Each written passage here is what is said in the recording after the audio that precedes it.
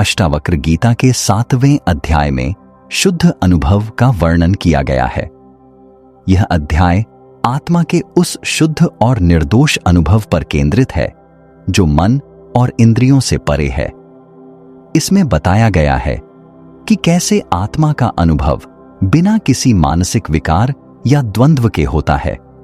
इस अध्याय में अष्टावक्र ऋषि बताते हैं कि आत्मा स्वाभाविक रूप से शुद्ध, अनंत और अचल है। आत्मा किसी भी प्रकार के कर्म, विचार या इंद्रियों की गतिविधियों से प्रभावित नहीं होती। मैं का सच्चा अनुभव तभी होता है जब मन की हलचल शांत हो जाती है। आत्मा का अनुभव इंद्रियों और मन की सीमाओं के बाहर है। यह अनुभव किसी वस्तु या व्यक्ति पर निर्भर नहीं करता।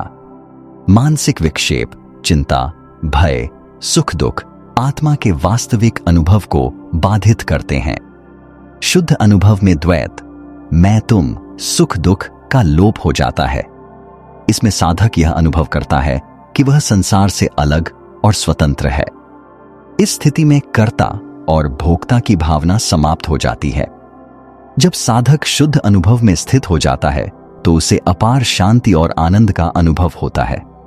यह आनंद बाहरी परिस्थितियों से प्रभावित नहीं होता।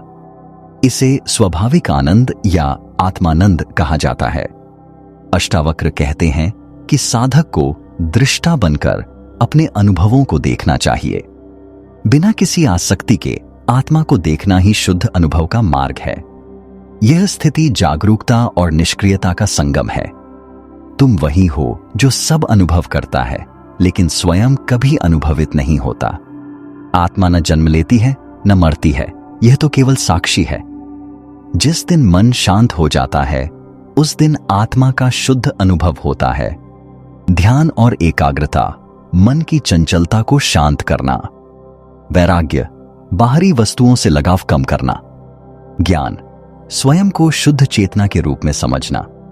यह अध्याय साधक को यह सिखाता है कि आत्मा का शुद्ध अनुभव केवल तब संभव है जब मन और इंद्रियों के सभी विकार शांत हो जाते हैं।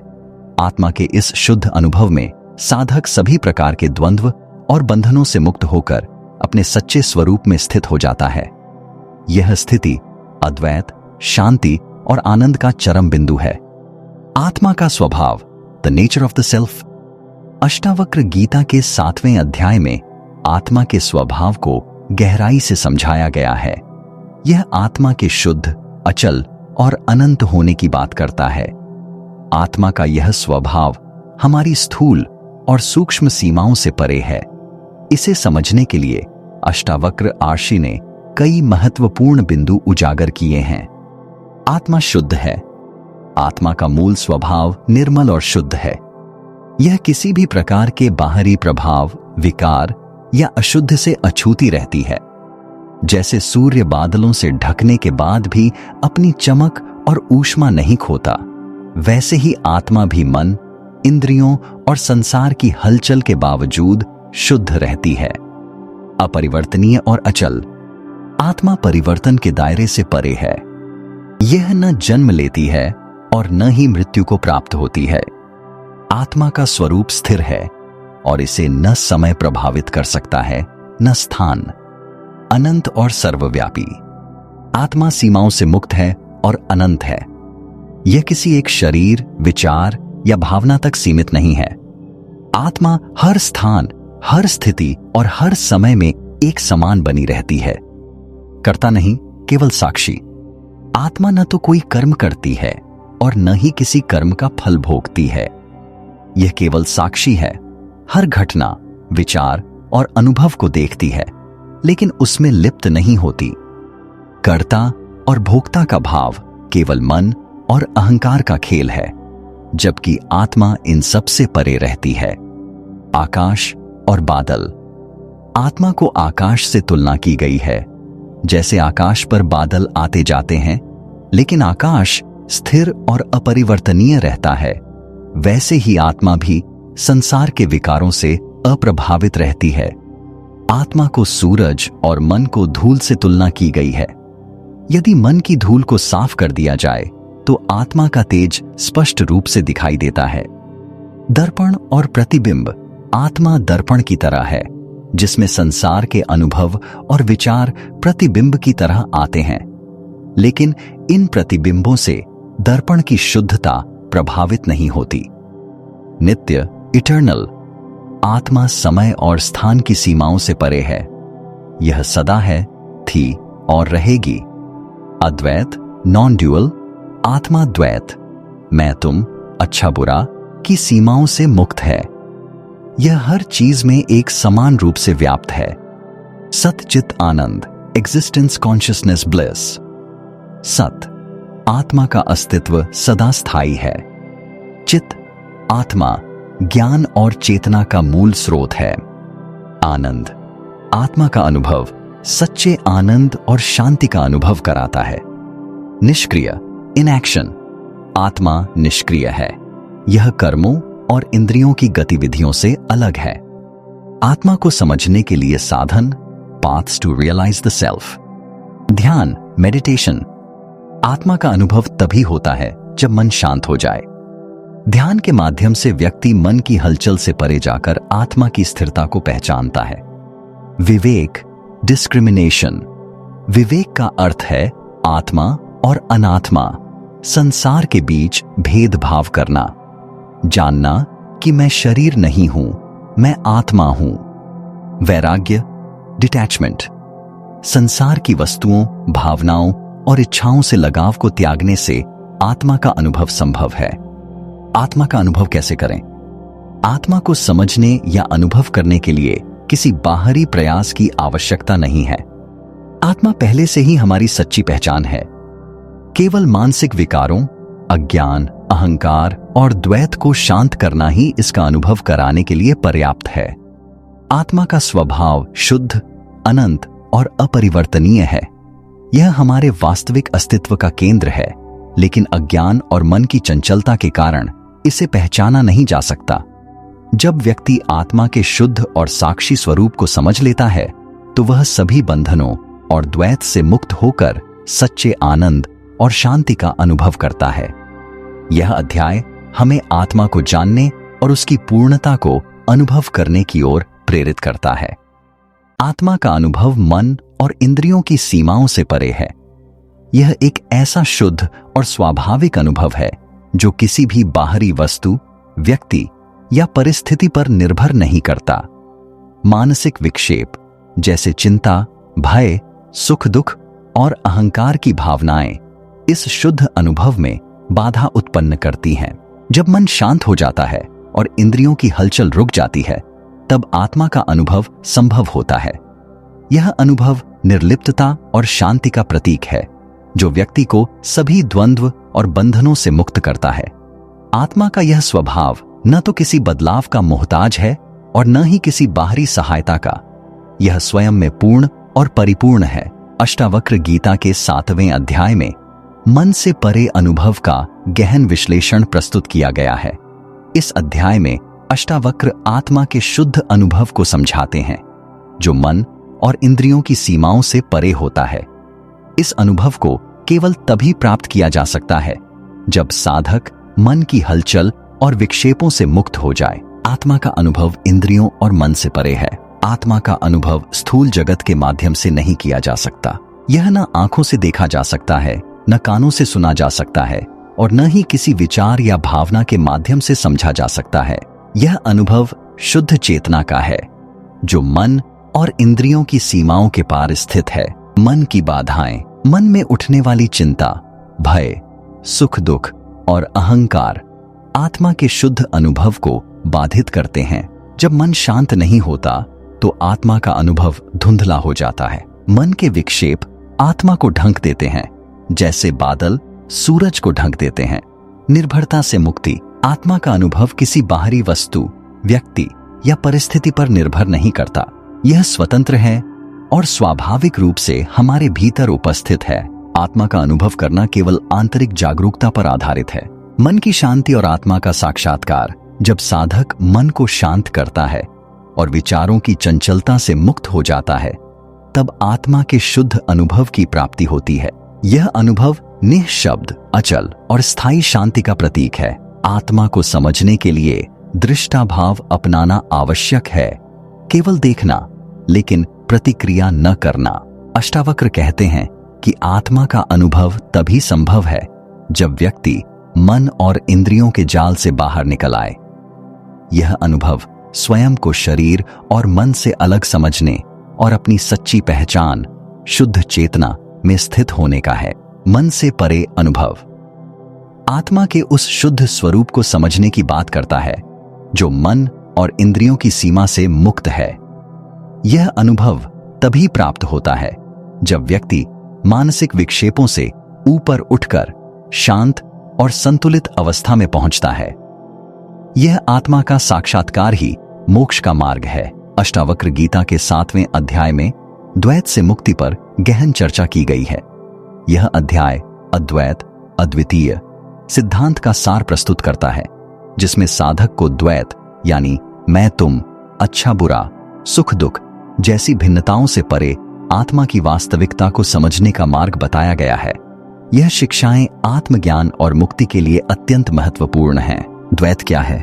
द्वैत का अर्थ है दोहरेपन की अनुभूति, जैसे मैं और दूसरा, कर्ता और भोक्ता, सुख और दुख। यह अनुभूति अज्ञान, अविद्या के कारण उत्पन्न होती है। जब व्यक्ति स्वयं को शरीर और मन से जोड़ लेता है। द्वैत का कारण अज्ञान, आत्मा और संसार के भेद को न समझना, अहंकार, मैं के साथ जुड़ी हुई पहचान, इंद्रियाओं, बाहरी वस्तुओं और परिस्थितियों से प्रभावित होकर भेदभाव करना। अद्वैत का सिद्धांत। अद्वैत का मतलब है न भेद। आत्मा न तो करता है और न ही भोगता।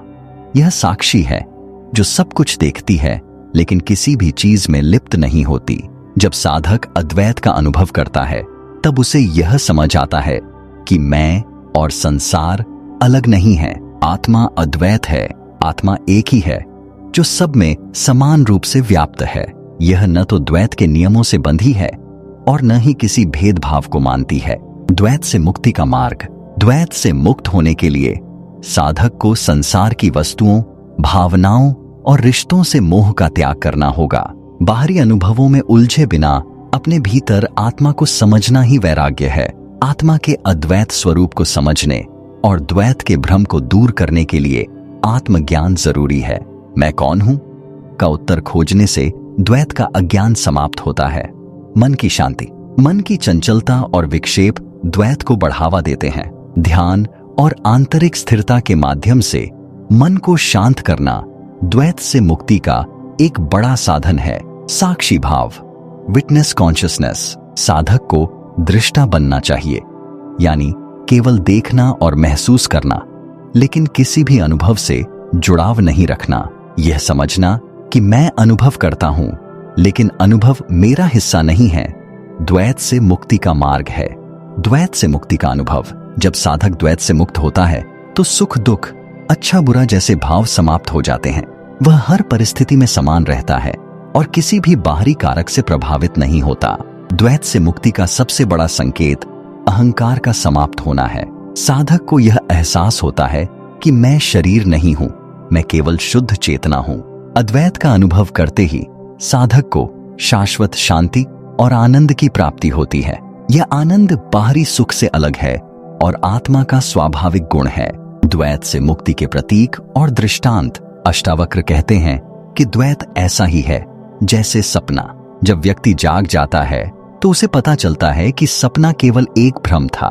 उसी प्रकार आत्मज्ञान से साधक यह समझता है कि द्वैत भी केवल एक मानसिक भ्रम है। आत्मा सागर के समान है और द्वैत लहरों की तरह। लहरें सागर का हिस्सा हैं, लेकिन सागर केवल लहरों तक सीमित नहीं है। जब साधक सागर आत्मा को पहचान लेता है तो लहरों, द्वैत का भेद समाप्त हो जाता है। तुम वही हो जो सब कुछ देख रहा है लेकिन स्वयं देखा नहीं जा सकता। संसार के द्वैत में उलझना बंद करो और आत्मा के शुद्ध अद्वैत स्वरूप को पहचानो। द्वैत से मुक्त होते ही साधक को मोक्ष की प्राप्ति होती है। द्वैत से मुक्ति आत्मज्ञान का अंतिम चरण है। जब साधक यह समझ लेता है कि आत्मा ही सब कुछ है और द्वैत केवल भ्रम है, तब वह सच्ची शांति और मोक्ष को प्राप्त करता है। यह अवस्था बाहरी परिस्थितियों, मन और इंद्रियों से परे है और साधक को पूर्ण स्वतंत्रता और आनंद का अनुभव कराती है। द्वैत से मुक्ति केवल मानसिक और भावनात्मक सीमाओं से नहीं, बल्कि अस्तित्व के हर स्तर पर स्वतंत्रता का प्रतीक है। यही अष्टावक्र गीता का सबसे गहन और प्रेरणादायक संदेश है। शांति और आनंद का गहन विश्लेषण। अष्टावक्र गीता के 7वें अध्याय में आत्मा के अद्वितीय अनुभव के माध्यम से शांति और आनंद की अवधारणा को गहराई से समझाया गया है। इस शांति और आनंद को केवल आत्मा की पहचान और द्वैत से मुक्ति के बाद ही प्राप्त किया जा सकता है। अष्टावक्र कहते हैं कि यह स्थिति बाहरी सुख या शांति से भिन्न है और आत्मा के स्वाभाविक गुणों का प्रकटीकरण है। शांति और आनंद का अर्थ। शांति का अर्थ है मन, इंद्रियों और भावनाओं की चंचलता से मुक्ति। यह उस स्थिति को दर्शाता है जहां साधक हर द्वंद्व और बाधा से परे होता है। यह शांति बाहरी कारकों, धन, वस्त्र, समाज पर निर्भर नहीं है, बल्कि साधक की आंतरिक स्थिति से उत्पन्न होती है। आनंद आत्मा का स्वाभाविक गुण है, जिसे आत्मा की शुद्ध स्थिति में अनुभव किया जाता है। यह कोई क्षणिक या बाहरी सुख नहीं है, बल्कि यह भीतर से आने वाला स्थायी आनंद है। इसे आत्मानंद या नित्य आनंद कहा गया है, जो किसी परिस्थिति से प्रभावित नहीं होता। शांति और आनंद का स्रोत। द्वैत से मुक्ति। जब साधक मैं और दूसरे के भेद से मुक्त होता है, तो वह पूर्ण शांति का अनुभव करता है। सुख दुख, हानि लाभ, अच्छा बुरा जैसे द्वंद्व समाप्त हो जाते हैं, जिससे आनंद और शांति का मार्ग प्रशस्त होता है। अहंकार का लोप। अहंकार के समाप्त होने पर व्यक्ति को यह अनुभव होता है कि वह केवल शुद्ध चेतना है। अहंकार के बिना साधक किसी भी चीज से बंधा नहीं रहता और पूर्ण स्वतंत्रता के साथ शांति और आनंद का अनुभव करता है। आत्मज्ञान। आत्मा को पहचानने के बाद साधक जानता है कि वह स्वयं ही शांति और आनंद का स्रोत है। बाहरी परिस्थितियां केवल भ्रम पैदा करती हैं, लेकिन आत्मा हमेशा शांत और आनंदित रहती है। शांति और आनंद तक पहुंचने का मार्ग। अष्टावक्र कहते हैं कि मन की चंचलता शांति के सबसे बड़े शत्रुओं में से एक है। मन की गतिविधियों को रोकने और विचारों को नियंत्रित करने के बाद ही आत्मा की शांति प्रकट होती है। संसार की वस्तुओं और अनुभवों से लगाव को छोड़ने से ही आनंद की प्राप्ति होती है। जो साधक किसी भी परिस्थिति में सम रहते हैं, वे शांति और आनंद को प्राप्त करते हैं। साक्षी भाव। साधक को साक्षी बनकर हर अनुभव को देखना चाहिए, लेकिन उसमें लिप्त नहीं होना चाहिए। यह साक्षी भाव शांति का कारण बनता है, क्योंकि व्यक्ति संसार के द्वंद्व से परे हो जाता है। शांति और आनंद की स्थिति। साधक को यह एहसास होता है कि आत्मा किसी भी सुख दुख से परे है। बाहरी घटनाएं केवल शरीर और मन को प्रभावित कर सकती हैं, लेकिन आत्मा हमेशा शांत रहती है। पूर्ण स्वतंत्रता, लिबरेशन। शांति और आनंद की स्थिति केवल आत्मा को पहचानने के बाद आती है। इस स्थिति में साधक किसी भी प्रकार के बंधन, चिंता या भय से मुक्त हो जाता है। शाश्वत आनंद, इटर्नल ब्लिस। आत्मा का आनंद समय और परिस्थितियों से परे है। यह आनंद कभी समाप्त नहीं होता, क्योंकि यह किसी बाहरी कारक पर निर्भर नहीं है। शांति और आनंद का प्रतीकात्मक वर्णन। सागर और लहरें। आत्मा को सागर और संसार को लहरों के रूप में वर्णित किया गया है। सागर शांत और स्थिर है, जबकि लहरें अस्थायी हैं। साधक जब आत्मा के सागर में स्थित हो जाता है, तो वह लहरों, संसार के विक्षेप से प्रभावित नहीं होता और शांति और आनंद का अनुभव करता है। दीपक की लौ। जैसे एक शांत स्थान पर दीपक की लौ स्थिर रहती है, वैसे ही आत्मा की शांति होती है। बाहरी हवा, इंद्रियां और मन के शांत होने पर यह लौ अपने मूल स्वरूप में प्रकट होती है। अष्टावक्र के शिक्षाप्रद उद्धरण। जब मन शांत हो जाता है और द्वैत का अंत हो जाता है, तो आत्मा का आनंद स्वतः प्रकट होता है। तुम वही हो जो आनंद का स्रोत है। इसे बाहरी चीजों में मत ढूंढो। जो व्यक्ति सुख और दुख में समान रहता है, वही सच्ची शांति और आनंद का अनुभव करता है। शांति और आनंद का व्यावहारिक महत्व। आधुनिक जीवन में उपयोग। अष्टावक्र की ये शिक्षाएं हमें सिखाती हैं कि बाहरी परिस्थितियों से प्रभावित हुए बिना आंतरिक शांति और आनंद कैसे प्राप्त करें। यह शांति हमारी मानसिक, भावनात्मक और आध्यात्मिक समृद्धि के लिए अत्यंत महत्वपूर्ण है। स्वयं का आत्मनिरीक्षण। हमें आत्मा की खोज और मन की हलचल को शांत करने के लिए ध्यान और वैराग्य का अभ्यास करना चाहिए। यह स्थिति न केवल आत्मा को समझने में मदद करती है, बल्कि दैनिक जीवन में भी स्थिरता और आनंद लाती है। अष्टावक्र गीता का यह अध्याय साधक को यह सिखाता है कि शांति और आनंद बाहरी वस्तुओं या परिस्थितियों से प्राप्त नहीं होते। यह आत्मा के स्वाभाविक गुण हैं, जो मन और इंद्रियों की चंचलता को समाप्त करने और आत्मा को पहचानने से प्रकट होते हैं। शांति और आनंद की यह अवस्था द्वैत से परे, अहंकार से मुक्त और साक्षी भाव में स्थित होने का परिणाम है। यही स्थिति सच्चे मोक्ष और अद्वैत अनुभव का आधार है। दृष्टाभाव का गहन विश्लेषण। अष्टावक्र गीता के 7वें अध्याय में दृष्टाभाव का महत्व और उसकी गहराई को विस्तार से समझाया गया है। दृष्टाभाव आत्मा के उस स्वाभाविक दृष्टिकोण को दर्शाता है जिसमें साधक स्वयं को संसार, मन और इंद्रियों की गतिविधियों से अलग करके केवल साक्षी रूप में अनुभव करता है। यह भाव द्वैत और अज्ञान से मुक्ति का सबसे प्रभावशाली साधन है। दृष्टाभाव का अर्थ, दृष्टा का अर्थ है देखने वाला या साक्षी। इसका तात्पर्य है कि आत्मा केवल एक साक्षी है जो हर घटना, विचार और अनुभव को देखती है, लेकिन उसमें लिप्त नहीं होती। दृष्टाभाव साधक को यह सिखाता है कि वह शरीर, मन और अहंकार से परे है और केवल एक शुद्ध चेतना है। दृष्टाभाव और आत्मा का संबंध। आत्मा साक्षी है। आत्मा न तो करता है और न ही भोगता। यह केवल घटनाओं का साक्षी है। संसार की गतिविधियां आत्मा पर किसी भी प्रकार का प्रभाव नहीं डाल सकती। अहंकार और दृष्टाभाव। दृष्टाभाव आत्मा और अहंकार के बीच भेदभाव करना सिखाता है। जब व्यक्ति अपने अनुभवों को अहंकार से नहीं जोड़ता, तो वह आत्मा के साक्षी स्वरूप को पहचान पाता है। दृष्टाभाव का अभ्यास। मन और इंद्रियों का निरीक्षण। साधक को यह देखना चाहिए कि मन और इंद्रियां किस प्रकार कार्य करती हैं, लेकिन उनके कार्यों से प्रभावित नहीं होना चाहिए। जैसे कोई नदी किनारे बैठा व्यक्ति बहते हुए पानी को देखता है, वैसे ही साधक को अपने विचारों और भावनाओं को देखना चाहिए। कर्तापन का त्याग। दृष्टाभाव का अभ्यास तभी संभव है जब व्यक्ति मैं ही करता हूं की भावना का त्याग करता है। यह समझना कि सब कुछ प्रकृति और संसार के नियमों के अनुसार हो रहा है, दृष्टाभाव को सुदृढ़ करता है। वैराग्य, डिटैचमेंट। दृष्टाभाव में रहना वैराग्य का एक गहरा रूप है। साधक संसार की घटनाओं को देखता है, लेकिन उनमें कोई प्रतिक्रिया या लगाव नहीं रखता। दृष्टाभाव की स्थिति। सुख दुख से परे। दृष्टाभाव में स्थित साधक सुख और दुख दोनों में समान रहता है। वह समझता है कि ये केवल मन के अनुभव हैं, जबकि आत्मा इनसे अछूती है। द्वैत का अंत। दृष्टाभाव साधक को द्वैत से मुक्त करता है। मैं और दूसरा का भेद समाप्त हो जाता है और वह सब में आत्मा के एक ही स्वरूप को देखता है। अहंकार का विलय। जब साधक दृष्टा बन जाता है तो अहंकार का अस्तित्व समाप्त हो जाता है। यह स्थिति आत्मा की पूर्ण पहचान और शांति की ओर ले जाती है। दृष्टाभाव के लाभ। आत्मज्ञान।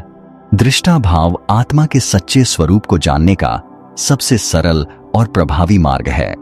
साधक यह अनुभव करता है कि वह शुद्ध चेतना है, जो किसी भी बाहरी घटना या परिस्थिति से प्रभावित नहीं होती। शांति और संतुलन। जब व्यक्ति दृष्टाभाव में स्थित होता है तो वह हर परिस्थिति में शांत और संतुलित रहता है। यह शांति स्थायी होती है और किसी भी बाहरी सुख दुख से प्रभावित नहीं होती। मुक्ति, लिबरेशन। दृष्टाभाव मोक्ष का मार्ग है। यह संसार के हर बंधन और द्वैत से व्यक्ति को मुक्त करता है और उसे आत्मा की स्वतंत्रता का अनुभव कराता है। दृष्टांत और प्रतीक। सूरज और पृथ्वी। आत्मा को सूरज की तरह बताया गया है, जो पृथ्वी पर हो रही हर गतिविधि को देखता है, लेकिन उसमें शामिल नहीं होता। पृथ्वी की हलचल, संसार और सूरज, आत्मा के बीच कोई संबंध नहीं है। आकाश और बादल। आत्मा आकाश के समान है, जो बादलों, विचारों को गुजरते हुए देखती है। बादल आकाश को छू नहीं सकते, वैसे ही विचार आत्मा को प्रभावित नहीं कर सकते। दर्पण और प्रतिबिंब। आत्मा को दर्पण की तरह कहा गया है, जिसमें संसार के अनुभव और घटनाएं प्रतिबिंबित होती हैं, लेकिन दर्पण इन प्रतिबिंबों से प्रभावित नहीं होता। दृष्टाभाव पर अष्टावक्र के प्रमुख उद्धरण। तुम वही हो जो सब देखता है, लेकिन स्वयं कभी देखा नहीं जा सकता। संसार की गतिविधियां केवल दृश्य हैं, तुम केवल साक्षी हो। कर्तापन का भाव छोड़ो और केवल साक्षी बनकर अनुभव करो, यही शांति का मार्ग है। दृष्टाभाव के अभ्यास का तरीका। ध्यान, मेडिटेशन। ध्यान के माध्यम से मन को शांत करें और देखने वाले की भूमिका में स्थापित हों। विचार आएंगे और जाएंगे, लेकिन उनसे जुड़ाव न रखें। आत्मनिरीक्षण, सेल्फ इंक्वायरी। मैं कौन हूं का उत्तर खोजें। यह समझें कि मैं केवल साक्षी हूं, जो मन और इंद्रियों से अलग है। अलगाव, डिटैचमेंट। बाहरी घटनाओं और विचारों से अलग रहें, केवल यह देखें कि वे कैसे घटित हो रहे हैं। दृष्टाभाव अष्टावक्र गीता के अध्यात्म का केंद्रीय विचार है। यह व्यक्ति को यह सिखाता है कि वह शरीर, मन और इंद्रियों के पार जाकर आत्मा के शुद्ध साक्षी स्वरूप को पहचान सके। जब साधक इस भाव में स्थित हो जाता है, तो वह संसार के हर बंधन और द्वैत से मुक्त होकर पूर्ण शांति और आनंद का अनुभव करता है। दृष्टाभाव मोक्ष और आत्मज्ञान का मूल आधार है, जो व्यक्ति को संसार की चंचलता से परे शाश्वत सत्य की ओर ले जाता है। तुम वही हो जो सब अनुभव करता है, लेकिन स्वयं कभी अनुभवित नहीं होता। यह वाक्य आत्मा के साक्षी स्वरूप को उजागर करता है। आत्मा साक्षी है। आत्मा वह शुद्ध चेतना है जो हर अनुभव, सुख, दुख, विचार, भावनाएं को देखती है, लेकिन उन अनुभवों का भाग नहीं बनती। अनुभवित न होना। आत्मा स्वयं किसी के द्वारा अनुभव नहीं की जा सकती, क्योंकि यह स्वयं अनुभव करने वाली सत्ता है। साधना का मर्म। जब साधक समझता है कि मैं केवल एक साक्षी हूं और शरीर, मन और विचार मेरे अनुभव हैं, तो वह अज्ञान से मुक्त हो जाता है। आत्मा न जन्म लेती है न मरती है, यह तो केवल साक्षी है। यह वाक्य आत्मा के शाश्वत और अपरिवर्तनीय स्वभाव को स्पष्ट करता है। अपरिवर्तनशीलता। आत्मा समय, स्थान और परिस्थितियों के बंधनों से परे है। यह न कभी उत्पन्न होती है और न ही कभी नष्ट होती है। जन्म और मृत्यु का भ्रांति। जन्म और मृत्यु केवल शरीर से संबंधित हैं। आत्मा अनंत है जो केवल देखती है, लेकिन प्रभावित नहीं होती। साक्षी का महत्व। आत्मा हर घटना का साक्षी है। शरीर का जन्म और मृत्यु, मन के विचार और संसार की हलचल। जिस दिन मन शांत हो जाता है, उस दिन आत्मा का शुद्ध अनुभव होता है। यह आत्मा के शुद्ध अनुभव की दिशा में साधना का मार्ग बताता है।